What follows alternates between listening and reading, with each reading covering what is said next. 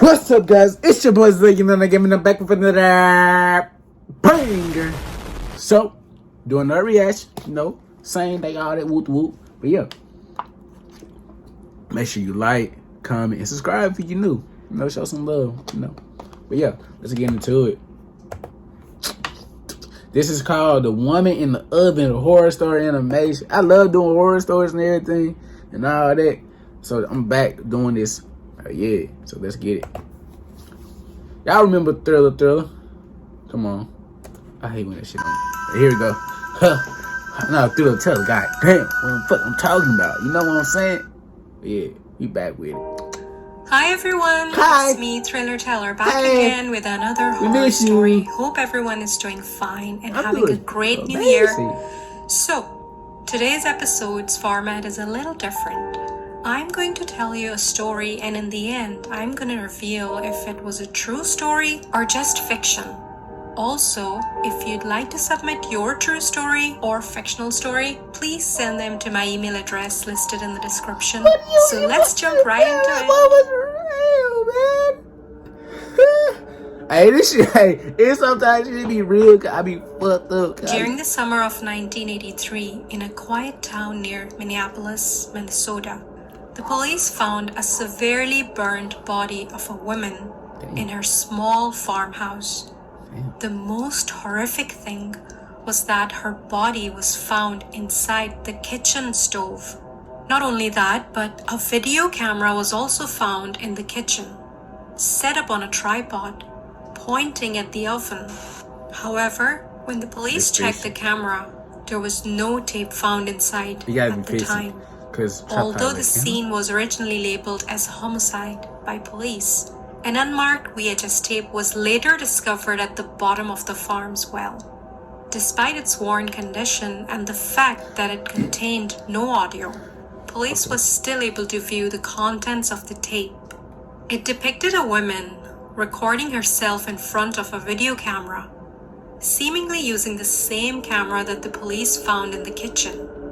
After positioning the camera to include both her and her kitchen stove in its view, she turned on the oven, opened the door, crawled inside, and then closed the door behind her. After 8 minutes into the video, the oven could be seen shaking violently. At this point, thick black smoke emanated from it. For the remaining 45 minutes of the video, until the batteries in the camera died, it remained in its stationary position. To avoid disturbing the local community, the police never released any information about the tape, or even the fact that it was found. Why is it boyfriend? Police were also not able to determine who put the tape in the well. So, what do you think, guys? What the f is going on? Is it a true story or just fiction? Any guesses? Fiction. I say fiction, bro. Well, if you go by some comments on websites like creepypasta.com, then no, it isn't. However, this is based on a real story. The oven murder refers to the murder of Hilkka Saarinen, born 1st November 1927 in Finland in December 1960. The event is one of Finland's best-known cases of homicide, and the killer has never been officially identified. Hilkka Saarinen was last seen alive in December 1960, aged 33 years. She lived together with her husband, Pentti Frans Saarinen, in an old, large wooden house, her childhood home, which she had inherited from her grandparents. The Saarinen couple had 5 children who, due to family trouble and the father's violent tendencies, were adopted by the state and placed in foster homes. According to the children and village neighbors, Pentti was extremely jealous and violent towards Hilkka while under the influence of alcohol, and that he had repeatedly threatened to kill his wife in a way that could not be traced. On Christmas Day 1960, Hilka and Punti, eldest son, arrived to visit his parents' house for the holidays, together with his schoolmate, one day earlier than he had previously said. They found the front door unlocked, so they crossed the entry room and entered the foyer. At this time, Punti emerged from the large kitchen to the foyer, locking the door behind him. He blocked the boys' way, wondering aloud at their early arrival. When the son asked where his mother was, Punti told she had... Ad K, my nigga. Ad K. Why are we getting another ad? Bruh, just hit me with an ad. Come on. Who the fuck is you, nigga? Who the fuck are you? Anyways. He had left while he had been sleeping. At the son's suggestion that Hilka might be in a local house where she had previously worked, Punti replied, "She's never there." Later that night, when it was dark, the boys went to fetch more bedclothes from the master bedroom located behind the kitchen. When the son asked why the kitchen was dark, his father said the lamp was broken. They walked through the kitchen in the narrow streak of light coming from the doorways of the foyer and the master bedroom. However, the boys saw that all the miscellaneous junk that had accumulated on top of the large oven that hadn't been used over the years had been thrown over the floor. The father said he had been cleaning up, presumably in the dark, even though the master bedroom and the foyer were lit. Also, the knuckles of his one hand had been scraped.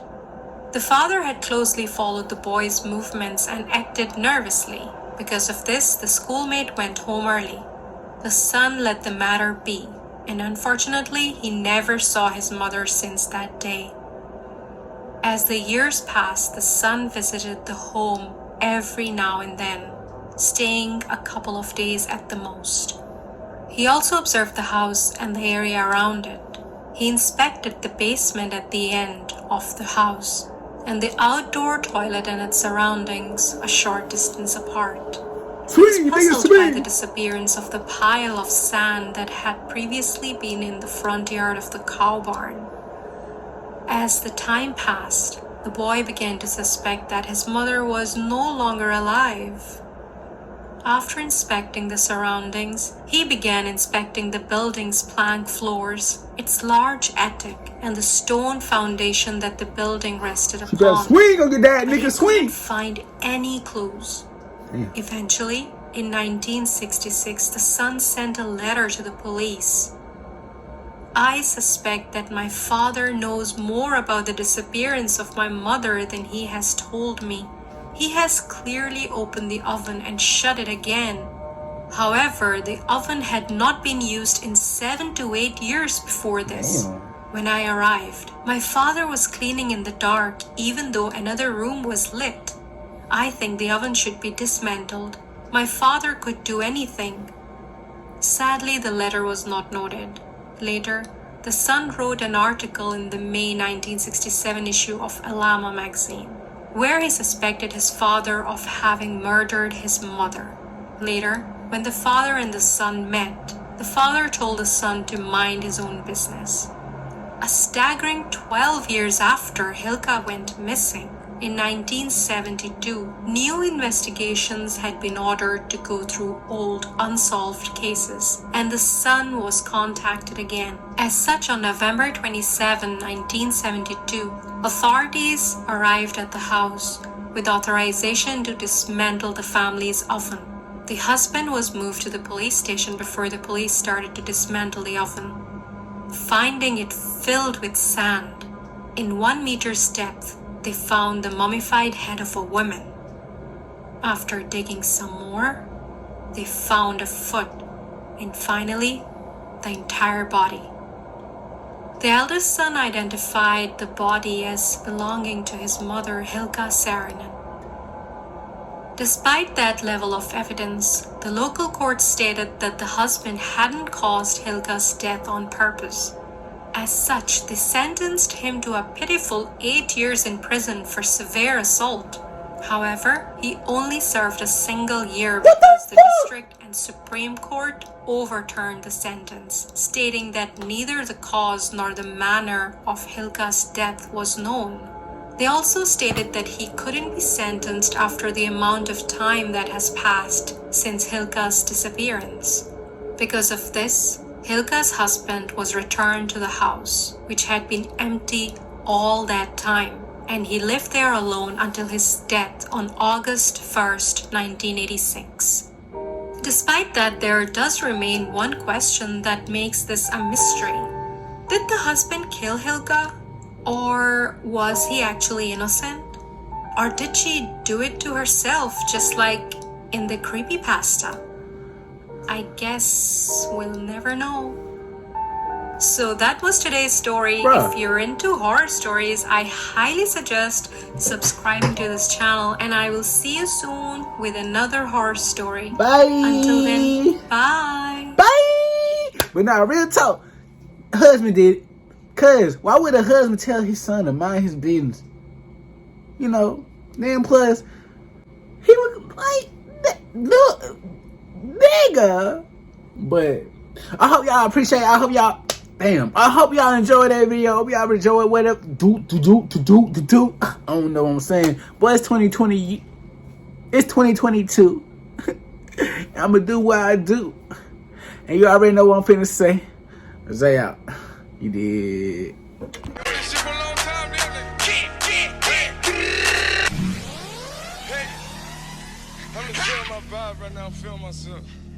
Okay, bye.